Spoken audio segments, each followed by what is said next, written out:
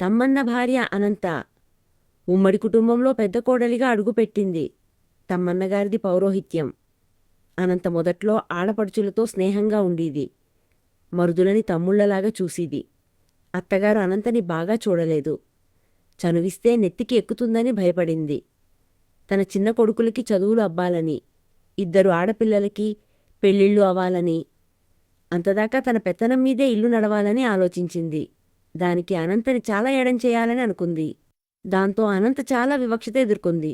ఆమెకి అత్తగారి మీద కోపం ఆడపడుచుల మీద, మరుదుల మీద తిరిగింది. ఒక్కొక్కళ్ళకి చదువులు, పెళ్ళిళ్ళు అయ్యాయి. ఎవరి సంసారాలు వాళ్ళకి ఏర్పడ్డాయి. జబ్బు చేసి అత్తగారు గతించేరు. అయినా అనంతకి ఆడపడుచులు, మరుదులు అంటే ద్వేషం పోలేదు. వాళ్ళొస్తే ముభావంగా ఉండేది.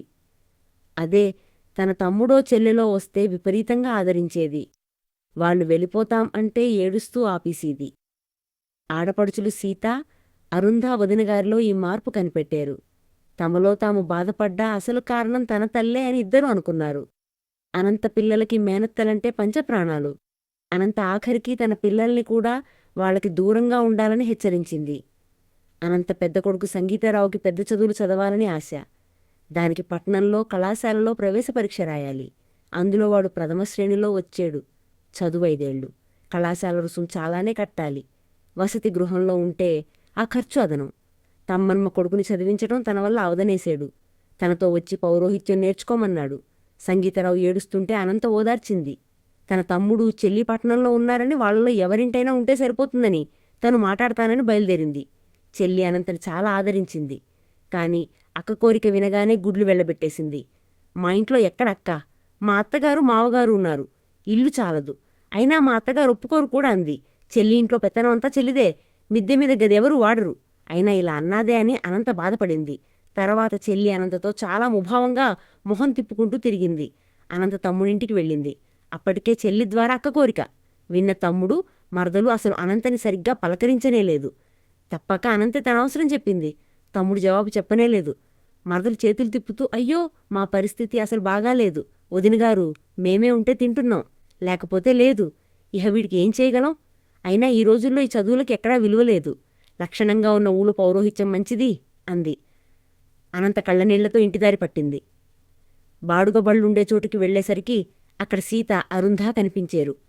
సీత సంతోషంగా, వదినా ఎప్పుడొచ్చేవు అంటూ పట్టేసుకుంది. అనంత వెళ్ళిపోతోందని విని, అదేమిటొదినా, ఇంత దూరం వచ్చి మా ఇళ్ళకి రావా? పద అంది. అబ్బే, మీ ఊరు దూరం కదమ్మా అని నసిగింది. అంత దూరమేమా, మగపిల్లలు నడిచే పట్నం వస్తారు. అపదపదంటూ బండి తనింటికి మాట్లాడింది. అనంత వాళ్లతో మొదట సీత ఇంటికి వెళ్ళింది. అక్కడ మాటల మధ్య అంతా చెప్పింది. వెంటనే సీత, పోనీ వదినా, వాళ్ళకి అవకపోతేనేం మా ఇంట్లో ఉంచు, మాకేం పర్వాలేదు. మీ తమ్ముడు రోజూ పట్నం వెళతారు కదా, వీణ్ణి తనతో దింపగలరు అంది. అనంతకి ఏం మాట్లాడాలో తెలియలేదు. వచ్చిన దగ్గర నుంచి చూస్తోంది. సీత అత్తగారితో, ఇరుగు పొరుగులతో ఎంతో ఆప్యాయంగా మాట్లాడుతోంది. చకచక అన్ని పనులు చేసుకుంటున్నది. అరుంధ కూడా, అవును వదినా, సంగీతుణ్ణి ఇక్కడుంచు. మా ఆయనకి కళాశాల తాలూకు ప్రధానోపాధ్యాయుడు బాగా తెలుసు. ఆయన వీడి కళాశాల రుసుం తగ్గించేట్టు చేస్తారు. అసలు అవన్నీ మేం చూసుకుంటాం అంది ఆదరంగా. అనంత దుఃఖం పట్టలేక వెక్కి వెక్కి ఏడిచింది.